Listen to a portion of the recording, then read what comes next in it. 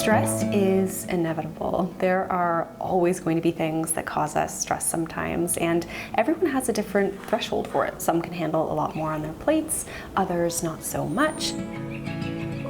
Small amounts, though, can even be a good thing. It can motivate us to make a change or push us to reach our goals, but obviously too much, too often can just drain us and take a toll on our mental and physical well-being. Although we can't eliminate stress entirely, what we can do is find ways to lower our baseline stress load to begin with. And in today's video, I want to explore some of the bigger picture things that we might want to think about when it comes to stress.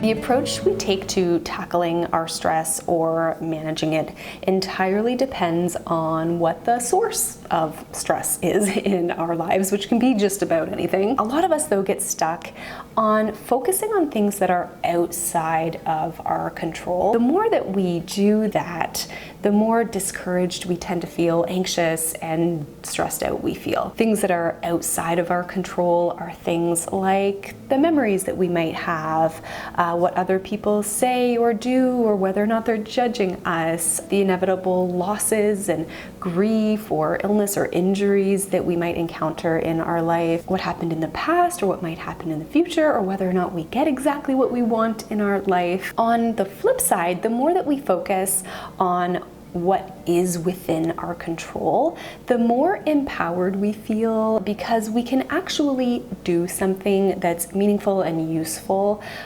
toward finding more of that harmony in our life. Things that are generally within our control are things like how we respond to the thoughts that we think or our emotions, how much action we take toward our goals, what we say or do to influence the future, the values we live by, or how we take care of ourselves. It's really all about doing our best to shift our focus as much as we can to the stuff that is within our control.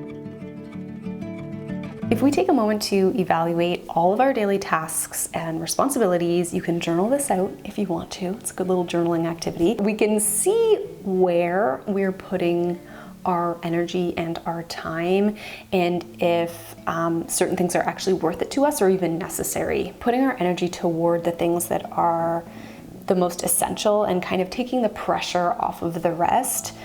Whether this is certain aspects of your career or home life or your personal life, can take such a huge weight off of our shoulders. We so often can feel like everything is the most important thing, or we have to do all of the things or keep up with so many things, or maybe we do things just on autopilot because we're just so used to doing certain things day to day. I think it's just so easy to stack on more and more and more responsibilities in our life, but stretching ourselves too thin, doing more than we can handle or more than we want or need to, really just adds to stress. And the thing is that sometimes saying yes is very, very beneficial. It can take us out of our comfort zone, it can get us to try new things, but at the same time, learning to say no to certain things might not actually be worth it to us, or if anything, just being willing to delegate can really help us to manage our long list of to-dos and our stress levels so much better.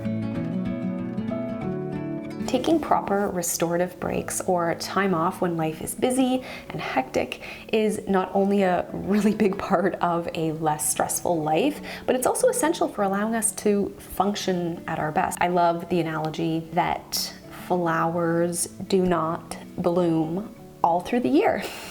Something like that. And we as people are very much the same, right? We can't always be 10 out of 10 productive or on and just doing at all times. And unplugging here is really key. I try my best to be intentional about not spending too much of my free time like scrolling on my phone or things like that can kind of just add to the stimulation and the noise and sometimes even add to our stress, and instead doing things like sitting with a cup of tea, reading a chapter of a book if I am into that. I did recently get into an English literature, little phase of my life. I read Pride and Prejudice, which was pretty good. I also watched the BBC mini-series Pride and Prejudice with Colin Firth as Mr. Darcy.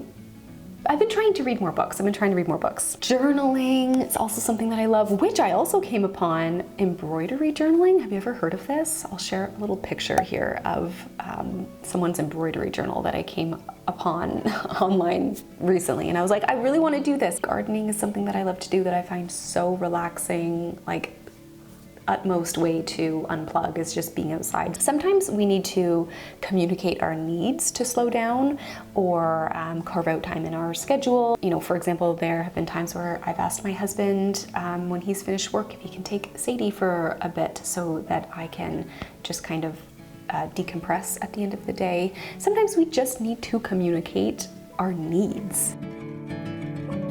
Taking care of ourselves, even and especially during times of stress, no matter how small, can help to lessen our stress load because it helps us to feel good. Things like going for a walk, especially when you are feeling stressed, to clear your mind, to get a little bit of exercise in, to get some fresh air. We know that exercise is so good for helping us to better manage and also cope with stress.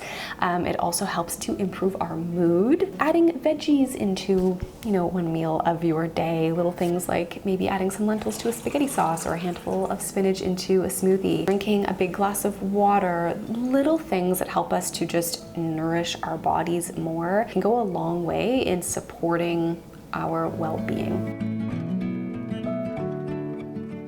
So that is it for today's video. Let me know what you would add to this list. What are some of the things that you find help you a lot with just managing stress better? I did want to mention before I go though that I just recently started a new newsletter on Substack. If you don't know what Substack is, it's a newsletter platform, but it also is a site for publishing like long form content, long form writing, articles, that sort of thing.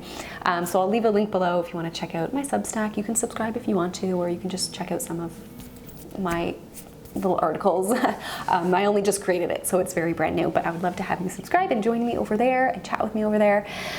So yeah, that's what's new. And I think that's it. I will see you all in the next one.